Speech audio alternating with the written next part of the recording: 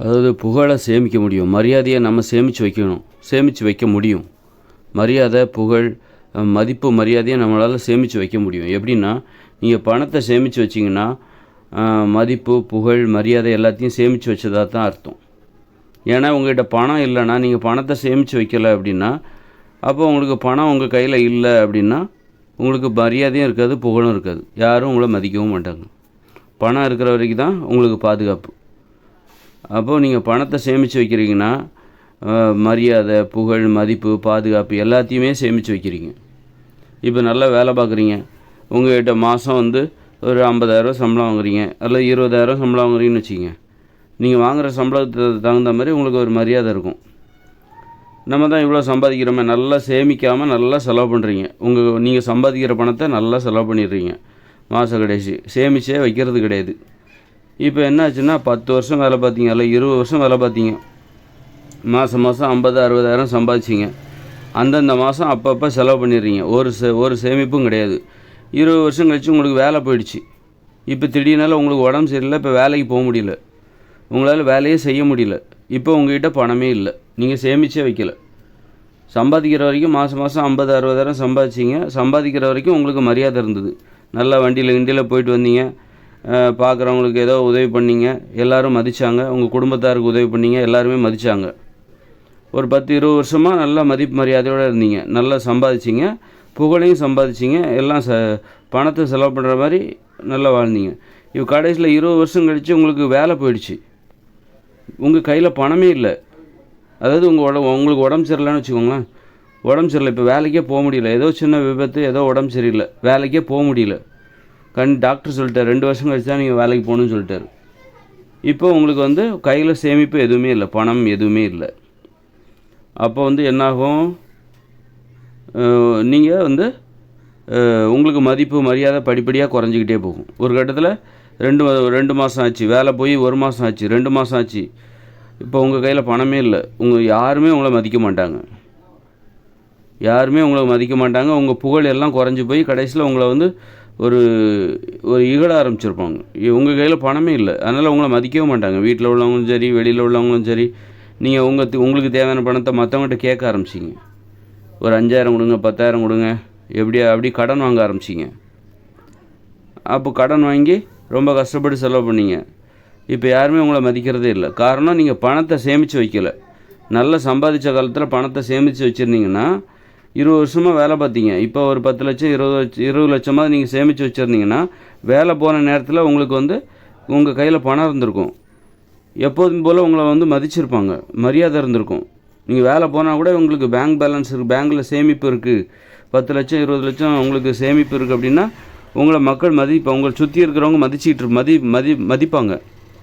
உங்கள் சுற்றி இருக்கிறவங்களும் உங்களுக்கு மரியாதை கொடுத்துட்ருப்பாங்க. உங்கள் கையில் பணமே இல்லை, இவர் இனிமேல் நம்மக்கிட்ட தான் பணம் கேட்பார், 2 வருஷமாக இனிமேல் 2 வருஷத்துக்கு ஒரு ஆள் வேலைக்கே போக முடியாது, இருக்கு உடம்பு சரியில்லாமல் போச்சுது, அதனால் இனிமேல் நம்மக்கிட்ட தான் கடன் வாங்க கேட்பார் அப்படின்னு சொல்லி பழகிறவங்களும் பழகிறத தவிர்த்துருவாங்க.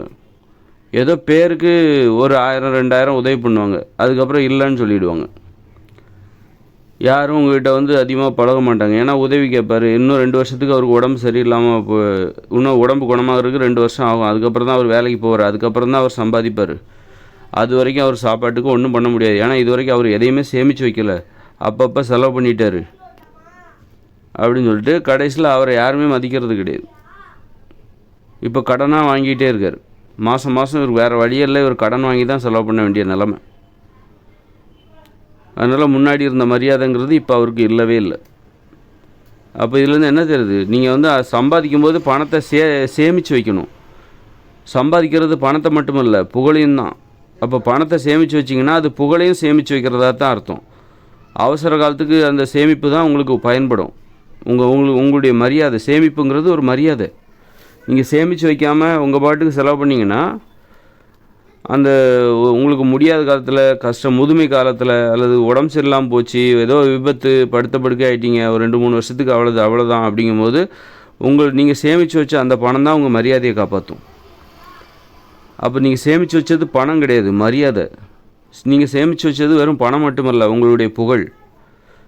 உங்கள் புகழையும் தான் நீங்கள் அப்போ சேமித்து வச்சது பணம் மட்டுமல்ல, உறவையும் தான் சேமித்து வச்சிங்க. ஏன்னா நீங்கள் கடன் வாங்க ஆரம்பிச்சிட்டிங்கன்னா உறவினர்லாம் உங்களை விட்டு விலக ஆரம்பிச்சிருவாங்க, நண்பர்கள்லாம் விலக ஆரம்பிச்சிருவாங்க. அதே நேரத்தில் உங்களால் வேலைக்கு போக முடியல, உடம்பு சரியில்லாமல் இப்போ படுத்த படுக்கை ஆகிட்டீங்க, அல்லது டாக்டர் ஒரு 2 வருஷத்துக்கு ரெஸ்ட் எடுக்க சொல்லியிருக்காரு அப்படின்னா உங்கள் கையில் ஒரு 20 லட்ச ரூபா சேமிப்பு இருந்துன்னா உங்கள் நண்பர்களும் உங்களை விட்டு பிரிய மாட்டாங்க. அப்போ சேமிப்புங்கிறது வெறும் பணம் மட்டுமல்ல, உறவு, நண்பர்கள்.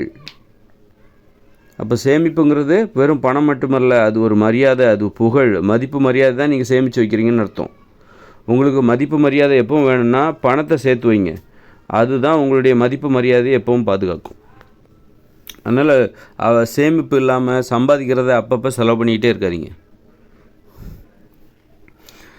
அதனால் எந்த அளவுக்கு சேமிக்க முடியுமோ சேமித்து வைங்க.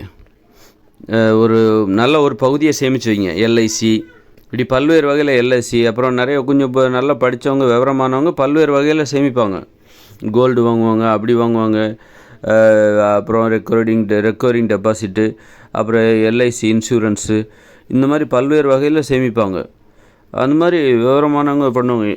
அவங்கவுங்களுக்கு உள்ள அறிவுக்கு தகுந்த மாதிரி அவங்கவுங்க சேமிப்புங்கிறது இருந்துக்கிட்டே இருக்கணும்.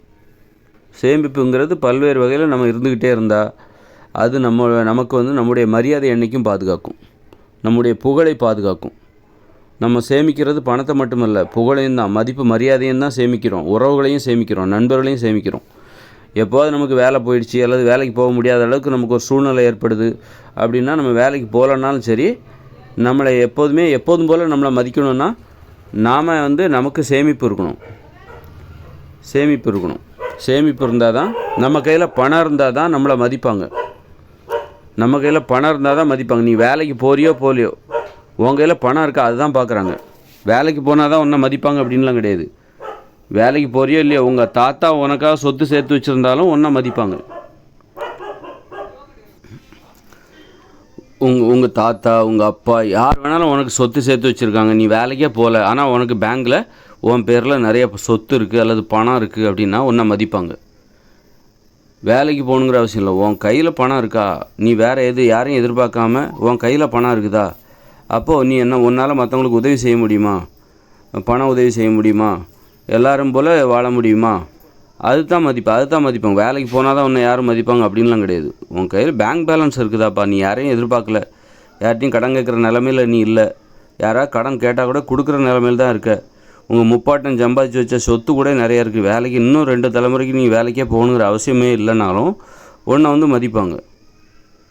அதே நேரத்தில் இப்போ தான் ஒரு 10-15 வருஷமாக 1 லட்சம் சம்பாதிச்சா, 2 லட்சம் சம்பாதிச்சா, இல்லை கோடிக்கணக்கில் சம்பாதிச்ச, இப்போ தான் தொழிலெல்லாம் நஷ்டமாகி போச்சு, இப்போ சமீப காலமாக தொழிலெலாம் நஷ்டமாகி போச்சு, கடனில் நீ மூழ்கிட்ட அப்படின்னா, நீ எதையுமே சேமித்து வைக்கலை, கோடிக்கணக்கில் சம்பாதிச்சப்போ நீ எதையுமே சேமித்து வைக்கலை அப்படின்னா, இப்போ உன் தொழிலெலாம் முடங்கி இப்போ நஷ்டத்தில் இருக்க, கடன் வாங்கி தான் இப்போ பொழப்ப ஓட்டணும் அப்படிங்கிற நிலைமை வந்துச்சுன்னா உனக்கு இருக்கிற மரியாதை எல்லாமே போயிடும்.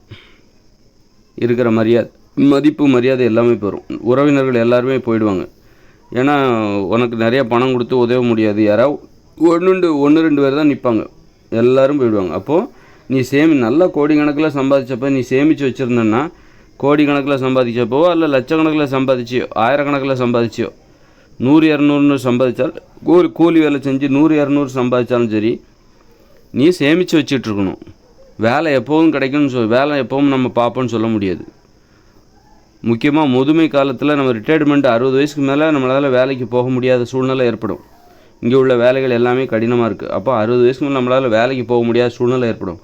அப்படி இருக்கும்போது ஒரு முதுமை காலத்தில் நம்ம பிறரை எதிர்பார்க்கக்கூடாது. பிறரை எதிர்பார்த்தோன்னா முதுமை காலம் நரகமாக மாறிடும். பிறருக்கு சுமையாக இருக்கக்கூடாது, முதுமையில் பிறருக்கு சுமையாக இருக்கக்கூடாது. அதனால் முதுமையில் நம்ம பிறருக்கு சுமை இல்லாமல், கடன் இல்லாமல், பிறருக்கு உதவக்கூடிய நிலைமையில் கூட இருக்கணும். அப்போ சேமிக்கணும், நிறைய சேமிக்கணும். சேமித்தாதான் நீங்கள் சேமிக்கிறது பணம் இல்லை, உங்களுடைய மதிப்பு மரியாதையை நல்லா மனசில் வச்சுக்கோங்க. ஏன்னா பணம் இல்லைன்னா மதிப்பு கிடையாது, மரியாதை கிடையாது. இகழ ஆரம்பிச்சிருவாங்க, சுமையாக நினைக்க ஆரம்பிச்சிருவாங்க, திட்ட ஆரம்பிச்சிருவாங்க, அவமானப்பட வேண்டியிருக்கும். பணம் இல்லைன்னா அவமானப்பட வேண்டியிருக்கும். நம்ம பணம் இல்லைன்னா பரவாயில்ல, ஏதோ யார்கிட்டையாவது பணம் இல்லைன்னா நான் பட்னியாக கூட கடந்துருவேன், கொஞ்சமாக சிக்கனமாக கூட வாழ்ந்துருவேன் அப்படின்றா கூட பரவாயில்ல. மற்றவங்ககிட்ட போய் 100-200 கையேந்துற மாதிரி நிலமை வந்துடக்கூடாது. வந்துட்டால் அவமானம்தான். ஒரு மரியாதைன்றது நம்ம 4 பேர்த்துக்கு உதவி செய்கிற மாதிரியான இடத்துல நம்ம இருக்கணும். அப்போ தான் மதிப்பு. கடனாக கேட்குற நண்பர்களுக்கு கடன் கொடுக்குற நிலமையில நம்ம இருக்கணும். 100, 200, 1000ன்னு கடன் கேட்குற நண்பர்களுக்கு கடன் கொடுக்குற நிலமையில இருக்கணும். அப்போ தான் அந்த மரியாதை நம்மளுக்கு இருக்கும். நம்மளை மட்டும் பார்த்துக்கிட்டா போதும் அப்படின்னு இருந்தால் நமக்கு நிறைய உறவினர்கள் யாரும் நண்பர்கள் வரமாட்டாங்க. உறவினர்களோ நண்பர்களோ அவங்க ஆத்திர அவசரத்துக்கு ஏதோ கடன் கேட்குறாங்க 100, 200, 1000ன்னு சொல்லிட்டு அதை கொடுக்குற நிலமையில் நாம் இருக்கணும். அதனால் சேமிப்பது என்பது பணத்தை மட்டுமல்ல, நமது மதிப்பு மரியாதையும் தான். அதனால் புகழை சேமிக்கிறோம் அப்படின்னு அர்த்தம். நீங்கள் பணத்தை சேமிக்கவே இல்லைன்னா கண்டிப்பாக நீங்கள் புகழையும் சேமிக்கலை, மதிப்பு மரியாதையை சேமிக்கலைன்னு அர்த்தம். சம்பாதிக்கிற வரைக்கும் தான் உங்களுக்கு மதிப்பு மரியாதை. என்றைக்கு உங்கள் சம்பாத்தியம் உங்களுக்கு நின்று போதோ, என்றைக்கு குறைஞ்சி போதோ, என்றைக்கு சம்பாதிக்கிறதே நின்று போச்சு, வேலையே போயிடுச்சு, வேலை பார்க்க முடியலை அப்படின்னா அவ்வளோதான். நீங்கள் சேமிக்கலைன்னா அவ்வளோதான். உங்களுக்கு மரியாதை எதுவுமே இருக்காது, மதிப்பு மரியாதை எதுவுமே இருக்காது. பணம் இல்லாதப்போ உங்களுக்கு மதிப்பு. அதனால் சேமிப்பு ரொம்ப ரொம்ப ரொம்ப முக்கியம்.